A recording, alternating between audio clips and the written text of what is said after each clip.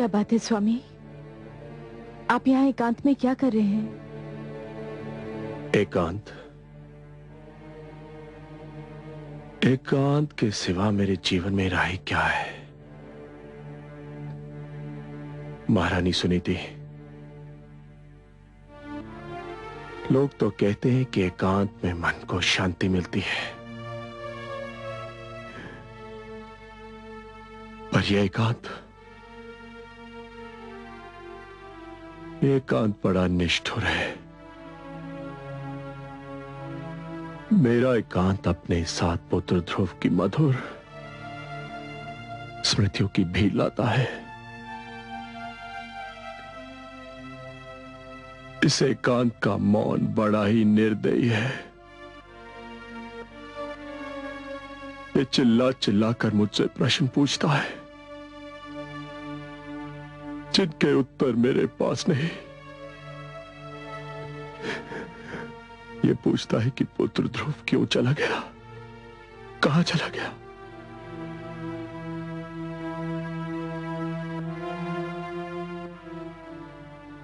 इस एकांत का हर जाता हुआ पल मुझ पर दोष लगाकर जाता है कि मैंने अपने ही हाथों से अपने संसार में आग लगाई थी, और हर आता हुआ पल ये संदेश लेकर आता है कि ये एकांत ही मेरा दंड है।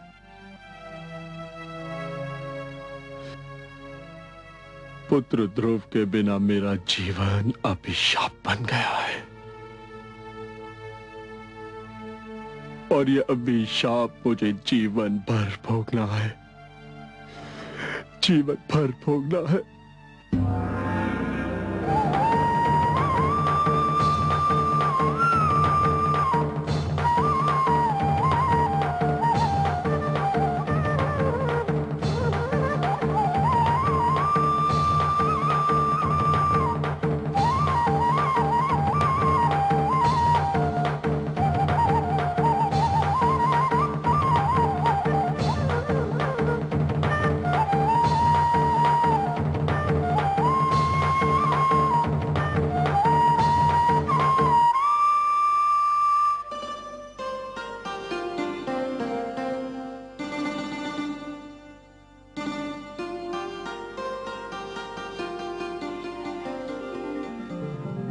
आयुष्मान भव पुत्र।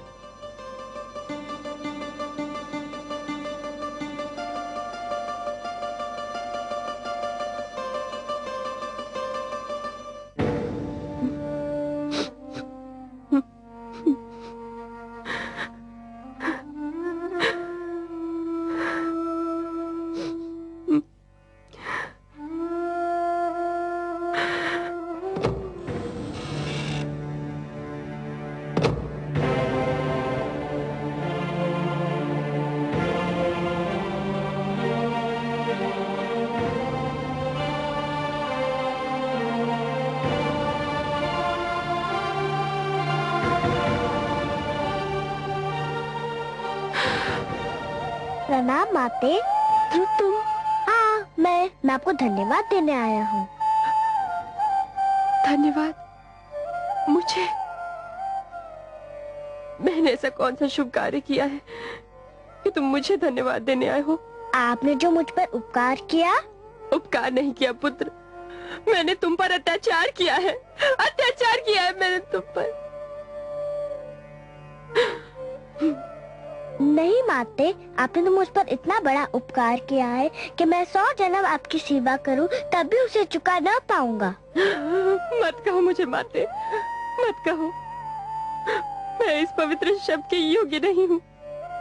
माता वो होती है जो अपने आंचल से संतान को सुख की छांव देती है, जिसका मन प्यार का भंडार होता है। मैंने तो तुमसे केवल घृणा की है, तुम्हें केवल दुख दिया है। मैं घृणा की पात्र हूँ, घृणा की पात्र हूँ। महारानी सुनीति से मुझे ईर्ष्या थी, उसका बदला मैंने तुमसे लिया पुत्र। मैंने ही तुम्हें महाराज की गोद से उतारा, मैंने ही तुम्हें वन में भटकने पर विवश कर दिया। मैंने ही एक नन्हे से बालक को यातना झेलने पर विवश कर दिया। मैं माता नहीं, कुमाता हूँ, कुमाता हूँ। पुत्र कुपुत्र हो सकता है, पर माता कुमाता हो ही नहीं सकती। वो तो देवी के समान होती है, पवित्र और पूजा के योग्य। आप भी मेरे लिए पूजा के योग्य है। भूल गए आप? आपने ने तो मुझे भगवान विष्णु का नाम बताया था। आपने तो कहा था कि मैं भगवान विष्णु को पाने के लिए तपस्या करूं। सच पूछे तो आप ही के कारण मुझे भगवान विष्णु के दर्शन हुए। हे भगवान, जिस बालक के प्रति मैंने इतने अन्याय किए, वही आज मुझे अपनी महानता का कारण समझ रहा है। तुम महान हो पुत्र, तुम महान हो। क्या कर रही है माते? मुझे अपने चरण छू लेने दो पुत्र, कदाचित मेरे पापों का बोझ कुछ कम हो जाए। जिस दिन माता को पुत्र के चरण छूने पड़े, उसी दिन का नाम महाप्रलय होगा। मुझे अपने गले लगा लीजिए माते, मैं धन्य हो जाऊंगा।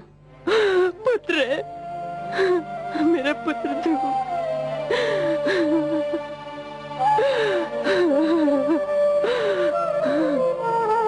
मेरा पुत्र ध्रुव।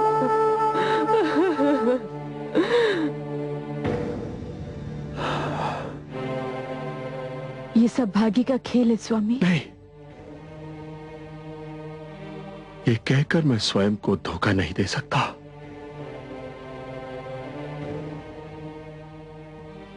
इन तर्कों से मेरे मन को शांति नहीं मिलती। यदि आज मैं पुत्र ध्रुव का मुख देखने को तरस रहा हूं, तो ये भाग्य का खेल नहीं, मेरे कर्मों का दुष्परिणाम है। जो कुछ भी हुआ मेरे ही तो कारण हुआ। मुझे तो लज्जा आती है अपने आप से, अपने इस जीवन से। ऐसा मत कहिए स्वामी, ऐसा मत कहिए। माना आज हमारा जीवन अंधेरी रात्रि है, किंतु रात्रि कोई भी हो, किसी न किसी ढंग से अवश्य ढल जाती है। कब ढलेगी ये रात्रि? कब होगी भोर? क्या सवेरा तब होगा जब नेत्रों की ज्योति मर चुकी होगी, जब प्राणों के दीपक बुझ चुके होंगे। ऐसा नहीं होगा महाराज, दुख के दिन बीत चुके हैं। तुम क्यों आई हो? तुम्हें देखते ही मुझे सब अशुभ घटनाएं याद आ जाती हैं। ये सत्य है महाराज, मैंने आज तक जो भी किया अशुभ ही किया। मैंने कभी आपको कोई शुभ समाचार नहीं दिया, किंतु आज मैं आपको शुभ समाचार सुनाने आई हूँ महाराज। तुम और शुभ समाचार? बबूल के वृक्ष पर आम नहीं फलते सुरुचि। महाराज, भगवान विष्णु चाहे तो क्या नहीं हो सकता। ये देखिए। प्रणाम माते, प्रणाम पिताश्री। ध्रुव, मेरे लाल,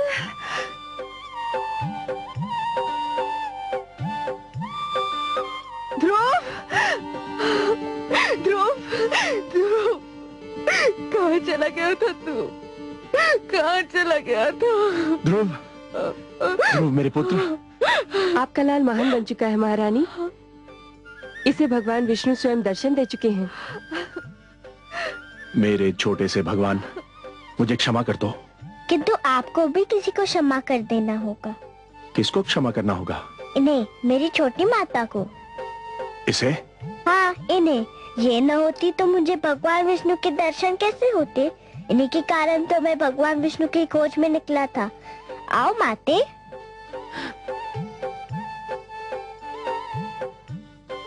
मुझे क्षमा कर दीजिए महाराज।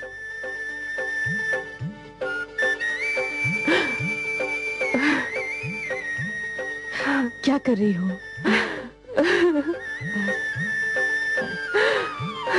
ध्रुव भैया, ध्रुव भैया। त्याग तपस्या भक्ति से जीत लिया भगवान। धन्य हुआ संसार सब पाकर भक्त महान। ऐसा था निश्चय अटल, ऐसा था विश्वास। ध्रुव ऐसा तारा बना, चमक उठा आकाश, चमक उठा आकाश।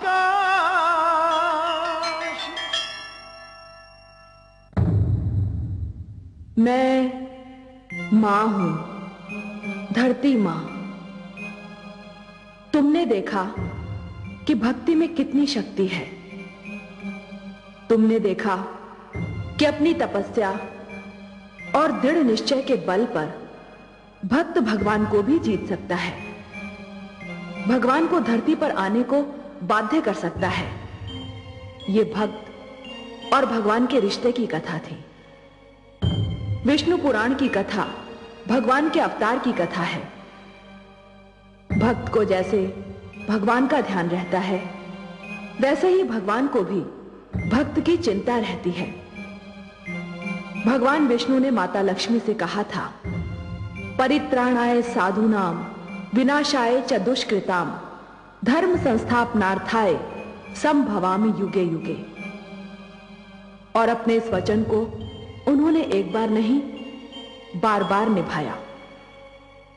भगवान विष्णु ने आप्त वचन के रूप में मानव को जीवन के नियम प्रदान किए हैं।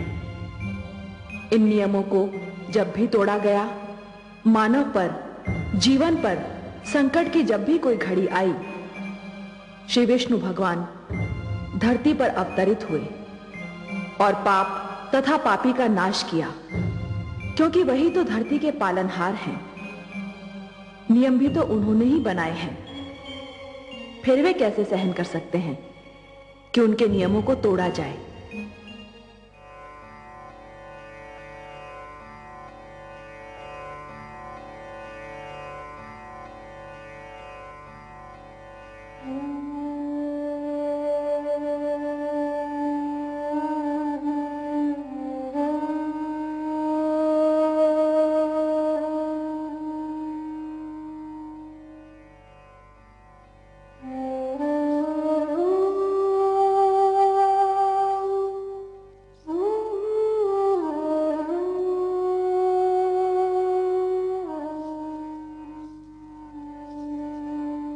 महादेवी, मैं तो समझ रहा था कि आपकी सारी चिंताओं का अब अंत हो चुका होगा। आपके पुत्र ध्रुव ने जो भी कामनाएं की थी वो सारी पूर्ण हो गई हैं, और जो वचन मैंने उसे दिए थे वो भी पूर्ण हो गए हैं। पर आप तो अब भी चिंता की मूर्ति बनी हुई हैं। क्या सोच रही हैं?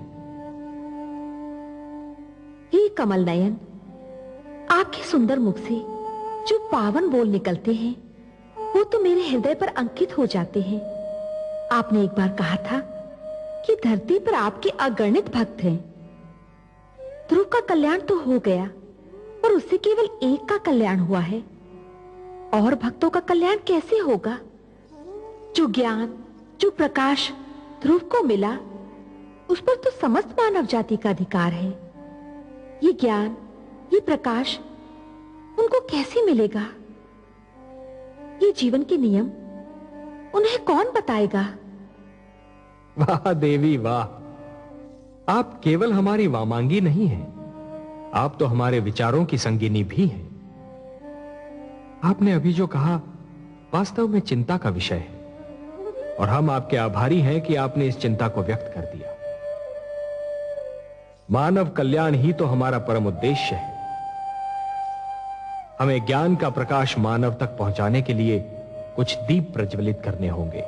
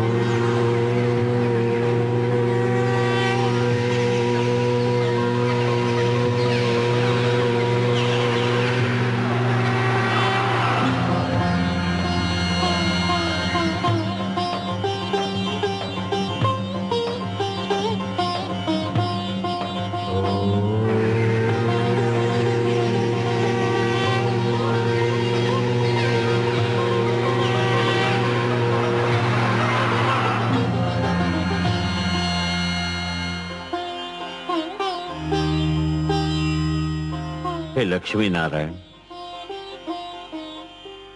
मेरे लिए क्या आदेश है?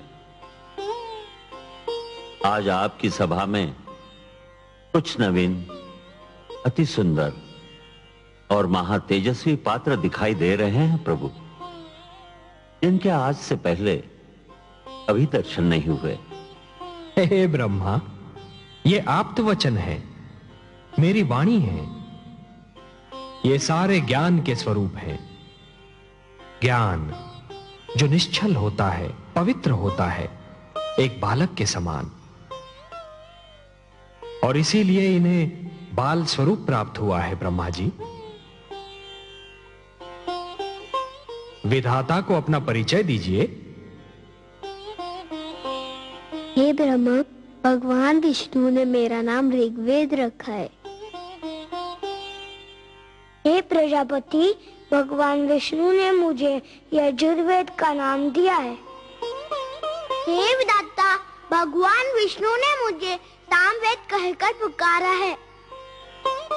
हे प्रभु, भगवान विष्णु से मुझे अथर्ववेद का नाम मिला है।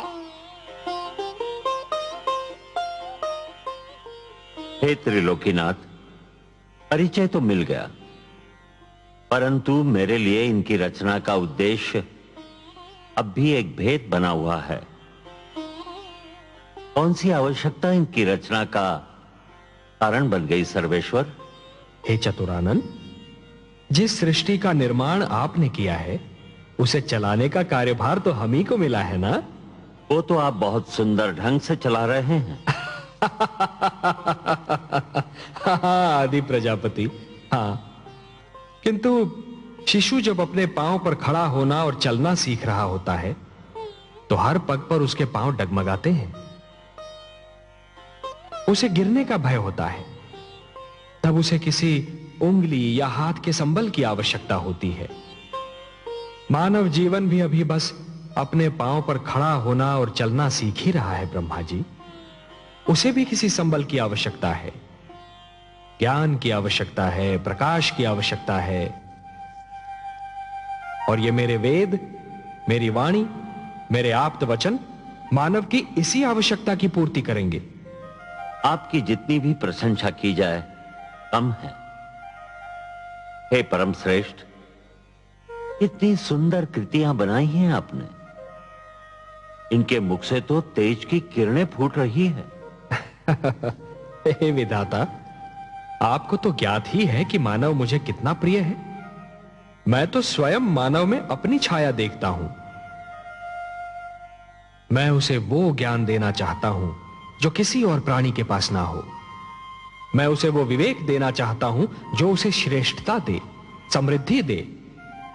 ये वेद,